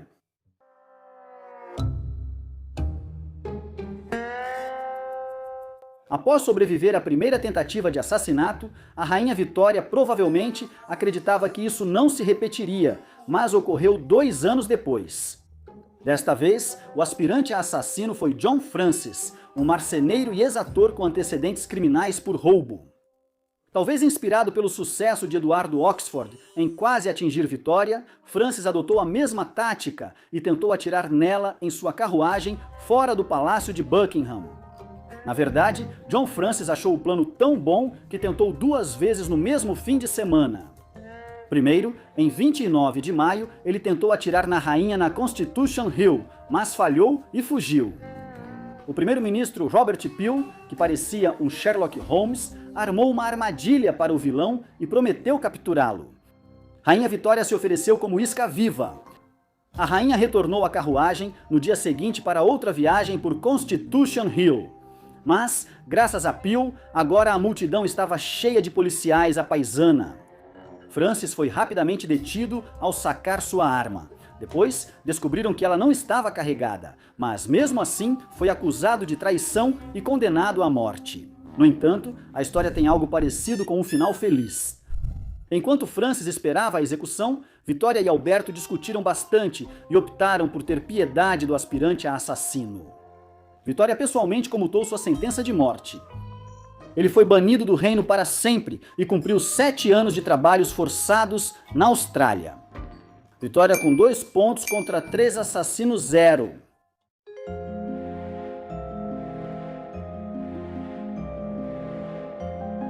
O assassino número 3 foi John William Bean. O pai de Bean, metalúrgico, queria que John seguisse seus passos, mas isso não ocorreu. John nasceu com cerca de 1,20 metros de altura e uma corcunda que o impedia de trabalhar nisso. Assim, John Bean trabalhou em uma banca de jornal. Em 1842, Bean leu um artigo sobre o assassino número 1, Edward Oxford. A história contava que Oxford, após tentar matar a rainha, foi confinado a um asilo para insanos, que curiosamente era mostrado como uma vida de luxo. Mas infelizmente Bean acreditou nisso. Suas deformidades o desesperaram, levando-o a pensar que, se tentasse matar a rainha, acabaria morto ou em um asilo. Bean achava que qualquer dessas opções melhoraria sua vida diária. No dia 3 de julho de 1842, apenas 5 semanas após John Francis tentar assassinar a rainha, Bean fez seu disparo. J.W. Bean aguardou fora do palácio e atirou em Vitória quando ela passava com o tio, o rei Leopoldo da Bélgica. A arma, que estava carregada com papéis, cascalho e pedaços de cano, travou. Roberto Peel pareceu chorar ao saber do incidente. Bean não conseguiu o que queria. Ele foi capturado após a polícia prender todos os anões corcundas para encontrá-lo. John Bean foi condenado a 18 meses de prisão. Vitória 4. Assassino 0.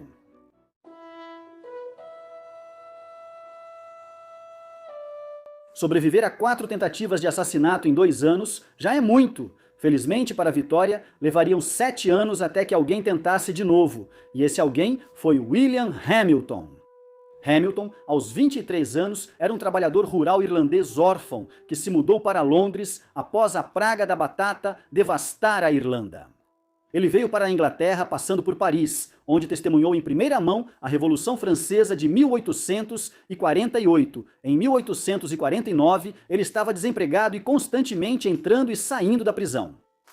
Em 19 de maio de 1849, Hamilton atirou em Vitória, que retornava de uma de suas primeiras aparições públicas após o parto. Ela se aproximou do palácio pela Constitution Hill, que, a essa altura, já poderia se chamar assassinato. A Avenida da Rainha foi inspirada pelo espírito revolucionário que ele trouxe da França. Hamilton chegou com uma pistola de bolso, mas, felizmente para a rainha, estava descarregada. Parece que verificar a arma antes de uma tentativa de assassinato não era comum na época. Hamilton disparou a queima-roupa e, se a arma funcionasse, provavelmente causaria grande estrago. Vic 5. Assassino 0. O assassino, número 5, apareceu em 1850. O nome dele era Roberto Patti, e ele chegaria mais perto da rainha do que qualquer um antes dele. Vitória ia visitar o tio doente quando um ex-soldado de 50 anos a atacou, acertando sua cabeça com uma bengala de ponta de ferro. Alguns relatos disseram que ele tinha uma arma, mas não a usou. A rainha não ficou gravemente ferida, mas saiu com um olho roxo, uma vergão e uma cicatriz que durou anos. Com receio de que achassem que estava gravemente ferida, Vitória apareceu em público naquela noite na ópera. Ela chamou Patty de covarde por agredir uma mulher e brincou que ao menos outros aspirantes a assassinos tentaram atirar nela. Patty foi exilado para a Tasmânia para cumprir a mesma pena de John Francis por tentar matar a rainha. 7 anos de trabalhos forçados. O motivo de Pate para o ataque nunca foi descoberto. Quem está contando os pontos? Vitória é imparável. O assassino número 6 seria um garoto de 17 anos chamado Arthur O'Connor. Embora fosse de Londres, Arthur se descrevia como apaixonadamente irlandês. Inicialmente, ele queria restaurar a reputação do nome O'Connor e ser um herói irlandês ao matar a rainha. Porém, ele mudou de ideia e preferiu assustá-la para que libertasse a Irlanda. Em 29 de fevereiro de 1872, Arthur aguardou fora do palácio de Buckingham o retorno da rainha de um passeio, como parecia ser padrão para todos os aspirantes a assassinos. Ele perguntou a um policial quando Vitória voltaria e foi até a frente da multidão, perto do portão onde ela passaria. Quando a carruagem finalmente chegou, O'Connor apontou sua arma, mas não conseguiu disparar nenhum tiro. João Brown, um assistente que passou a viajar com a rainha depois que seu marido morreu, derrubou a arma da mão do jovem e então o agarrou e o jogou no chão. Depois, soube-se que a arma nunca pôde ser usada. É razoável supor isso agora. O guarda-costas de Vitória, Brown, recebeu uma medalha de ouro e dinheiro por seu heroísmo. O'Connor recebeu 1 ano de prisão e 20 chibatadas com vara de bétula, punição leve comparada aos 7 anos de trabalhos forçados do outro homem. Ok, não vamos mais anunciar a pontuação. Assassino 0, Vitória, número grande.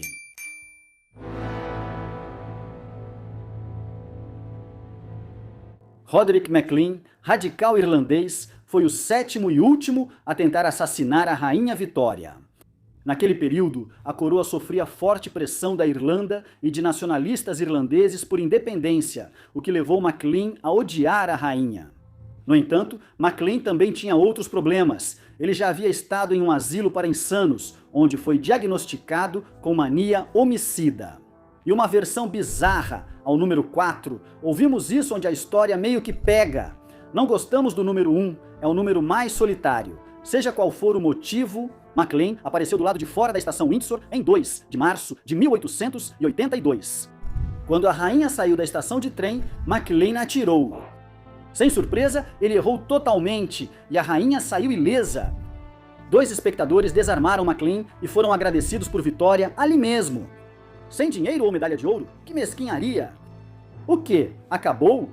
MacLean foi julgado por alta traição, mas, numa reviravolta digna de novela, foi considerado inocente por insanidade. A rainha, já sem compaixão por quem tentava matá-la, mostrou insatisfação com a sentença leve e solicitou ao gabinete leis mais rigorosas. Você provavelmente imaginaria que tentar matar uma rainha resultaria em uma sentença de morte imediata, mas nada poderia estar mais longe da verdade. Eduardo Oxford foi considerado insano no julgamento e enviado para um asilo. Ele foi libertado em 1867, quando então foi banido da Inglaterra. Ele foi para a Austrália, onde morreu em 1900. João Francisco foi condenado à morte por sua tentativa de assassinato, mas a rainha comutou sua sentença e ele cumpriu pena na prisão. Em vez disso, João Guilherme Bean, cuja arma na verdade não podia ser carregada, foi acusado de um crime menor e ficou preso na prisão de Newgate por 18 meses. Guilherme Hamilton foi banido da Inglaterra por 7 anos. Pat foi considerado insano, mas como sabia distinguir certo e errado, foi exilado para a Tasmânia por 7 anos. Arthur Connor recebeu 20 chibatadas com uma vara de bétula e 1 ano de prisão. Por fim, MacLean foi considerado insano em seu julgamento e foi confinado no asilo Broadmoor pelo resto da vida. O desfecho fez a rainha pedir ao gabinete uma definição legal mais rigorosa de insanidade para casos futuros. Apesar do fato de a rainha Vitória ter sido uma das monarcas mais amadas da história do reino, nenhum dos 7 homens que tentaram matá-la foi executado por seus crimes. Apesar de tentar endurecer as leis, ela reconheceu que as tentativas de assassinato apenas aumentavam sua popularidade. A própria Vitória chegou a dizer: vale a pena ser alvo de tiros para ver o quanto se é amado. Parece um relacionamento disfuncional entre realeza e povo. Abraham Lincoln, há muito considerado um dos maiores presidentes dos Estados Unidos, encontrou seu destino no Teatro Ford, em Washington, D.C., na noite de 14 de abril de 1865. Os motivos do assassino, o ator e simpatizante confederado John Wilkes Booth, são debatidos desde aquela noite. Mas, independentemente de quais fossem os objetivos de Booth, sua ação mudou a história e o rumo de uma nação. Hoje, vamos examinar a linha do tempo da caçada a John Wilkes Booth, certo? Então vamos ver como eles capturaram um dos assassinos mais infames da história dos Estados Unidos. Quando Abraham Lincoln foi reeleito presidente em 1864, John Wilkes Booth e seus conspiradores formaram um plano. Eles planejavam sequestrar Lincoln para trocá-lo por prisioneiros de guerra confederados e elaboraram vários planos de contingência. Um dos planos era interceptar Lincoln em março de 1865, mas uma mudança na agenda presidencial frustrou a ideia. Outro plano incluía capturar Lincoln no Teatro Ford e depois baixá-lo de sua cabine usando cordas. A Guerra Civil estava terminando e a vitória da União parecia cada vez mais certa. A libertação dos prisioneiros de guerra já não faria mais diferença, então Booth decidiu tomar um rumo mais drástico e sangrento. Matar Lincoln era apenas a ponta do iceberg. O plano de Booth lembrava o clímax do filme Cassino. Ele e seus conspiradores queriam matar 4 autoridades da União naquela noite. Os outros alvos eram o vice-presidente Andrew Johnson, o secretário de Estado William Seward e o general da União Ulysses S. Grant. A ideia era lançar todo o lado da União no caos ao eliminar a liderança. Isso, supostamente, daria tempo para a Confederação se reorganizar e atacar Washington. Ao anoitecer, Booth usou suas conexões de ator para entrar furtivamente no Teatro Ford. Enquanto Lincoln assistia distraído à peça Meu Primo Americano, Booth entrou no camarote, sacou uma pistola Derringer e às 22h15 atirou em sua cabeça. Booth não tinha como saber disso na época, mas esse assassinato seria o único dos 4 planejados que realmente teria sucesso.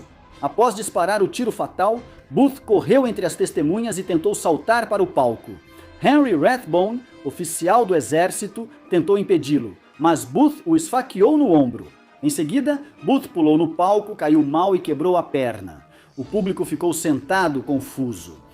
Alguns acharam que era parte da peça até ouvirem a primeira-dama gritar. Booth se levantou no palco e gritou 3 palavras em latim que ecoariam pela história. Sic semper tyrannis, que em inglês significa assim sempre aos tiranos. Só para constar, ele não escreveu isso sozinho. A expressão sic semper tyrannis era ligada a Brutus e aos assassinos de Júlio César. Curiosamente, Booth já havia interpretado Brutus em uma peça. A frase também era o lema do estado da Virgínia. O presidente estava morto. A atmosfera no teatro virou um caos. Soldados invadiram o prédio. Booth sabia que precisava fugir da cidade o mais rápido possível. Um cúmplice deixou um cavalo esperando na porta dos fundos do palco. Booth montou e cruzou a ponte do arsenal naval, rumo a Maryland. Booth foi recebido do outro lado por um conspirador chamado David Harold. Eles cavalgaram juntos até uma cidade chamada Surrattsville, em Maryland. Lá, eles foram até a taverna de Surratt, cujos proprietários estavam escondendo alguns suprimentos para os homens. Sabendo que o exército estaria logo em seu encalço, eles não ficaram muito tempo. Eles pegaram o necessário, se armaram e voltaram para a estrada.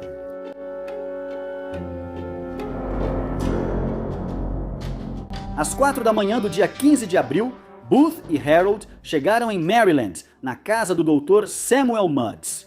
Mudd tratou a perna quebrada de Booth e abrigou os dois por algumas horas em sua casa. Apesar de ser médico local, era conhecido por simpatizar com a Confederação.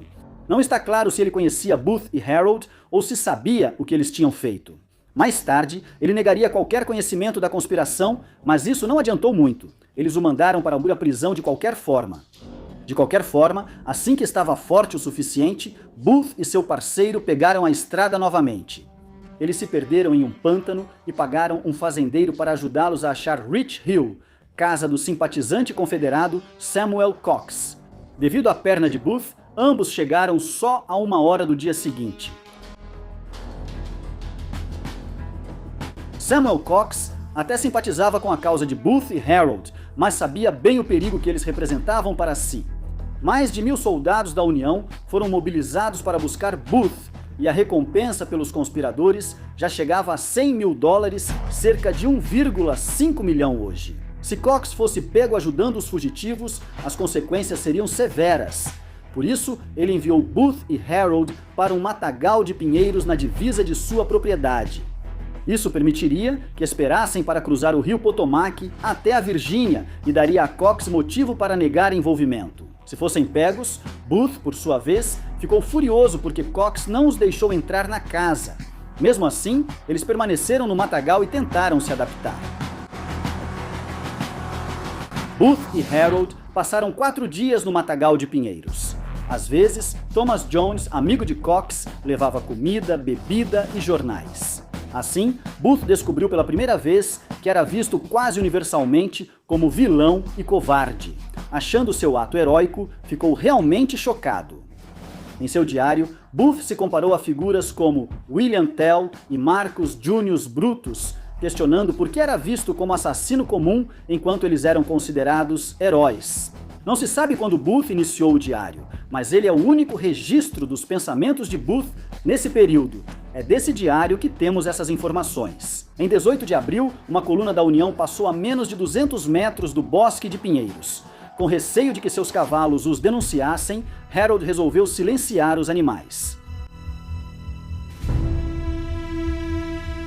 Enquanto Booth e Harold seguiam escondidos e bebendo uísque, o país lamentava o presidente. De volta a Washington, D.C., milhares de pessoas saíram para assistir ao cortejo fúnebre que levou o corpo de Lincoln até o Capitólio. Uma cerimônia privada foi realizada para figuras importantes e pessoas próximas a Lincoln. No dia seguinte, a rotunda foi aberta ao público. Cidadãos vieram em massa para se despedir do presidente. No dia seguinte, seu corpo foi levado em um trem especial até seu local de descanso final em Springfield, Illinois. 6 dias após o assassinato, os soldados que procuravam por Booth saíram da área próxima à casa de Cox, informou Thomas Jones aos fugitivos. Ao anoitecer de 20 de abril, eles partiram novamente. Apesar do rio Potomac estar a 5,5 quilômetros, o progresso foi provavelmente lento por causa da perna de Booth. Quando finalmente chegaram à água, Jones colocou os 2 homens em um pequeno barco. Recusando o pagamento pelos seus serviços, Jones colocou os 2 homens no rio e se despediu deles. Infelizmente para Booth e Harold, a noite estava com neblina e dificultou a navegação. Eles pretendiam desembarcar em Muchodoc Creek, Virgínia, mas se perderam e foram parar em Maryland. No dia 21, os fugitivos pegaram suprimentos em uma fazenda próxima ao riacho e voltaram ao barco, onde, por motivos ainda obscuros, nada fizeram. Historiadores sugerem que a perna de Booth incomodava ou que ambos ouviram rumores de patrulhas da União, mas a verdade se perdeu. Só sabemos que, em vez de fugirem pelo rio Potomac como planejado, os fugitivos passaram a noite de 21 de abril no riacho Nandimone, em Maryland. Os fugitivos partiram novamente na noite seguinte, aproveitando a neblina que facilitou a descida pelo rio. Sem serem vistos, o diário de Booth relata um momento de perigo. O bote cruzou o caminho de uma canhoneira da União, mas evitou colisão e a neblina os escondeu. Enquanto isso, as forças da União apertavam o cerco aos 2 homens. Em Maryland, a casa do Dr. Mudd foi cercada por tropas e os donos da taverna de Surrett presos. O exército sabia que Booth estava indo para a Virgínia e começou a encher as estradas de lá com soldados. Na manhã de 23 de abril, os fugitivos chegaram à Virgínia. Eles imediatamente fizeram contato com uma simpatizante chamada Elizabeth Queensberry, que lhes deu comida e depois os enviou para se encontrarem com um doutor chamado Richard Stewart. Eles chegaram à casa de Stewart, mas ao descobrir quem eram, Stewart expulsou Booth e Harold. Os homens, em busca de abrigo, foram à cabana de William Lucas, um negro livre, que também recusou hospedá-los, assim como Stewart. Furioso e desesperado, Booth ameaçou Lucas com uma faca e forçou ele e a família a passarem a noite na varanda. No dia seguinte, Booth e Harold obrigaram o filho de Lucas a guiá-los até Port Charles, onde encontraram Willie Jett, ex-soldado confederado. Jett se ofereceu para esconder os homens em uma casa que havia arranjado, mas ela já estava ocupada por 2 mulheres solteiras. Lá! O assassino do presidente e seu parceiro acharam impróprio ficar lá e seguiram em frente. Em 24 de abril, Booth e Harold chegaram à fazenda de Richard Garrett, que não conheciam. Booth, talvez usando suas habilidades de ator, convenceu Garrett de que ele e Harold eram soldados e que a perna de Booth estava quebrada. Cumprindo seus deveres, Garrett caiu no golpe e hospedou os homens. No dia seguinte, Booth dormiu até tarde, se embriagou e brincou com os filhos de Garrett. Naquela noite, a família desconfiou dos fugitivos e insistiu que dormissem no celeiro. Booth concordou e foi para lá dormir. Seria a última noite de sono que ele teria em sua vida.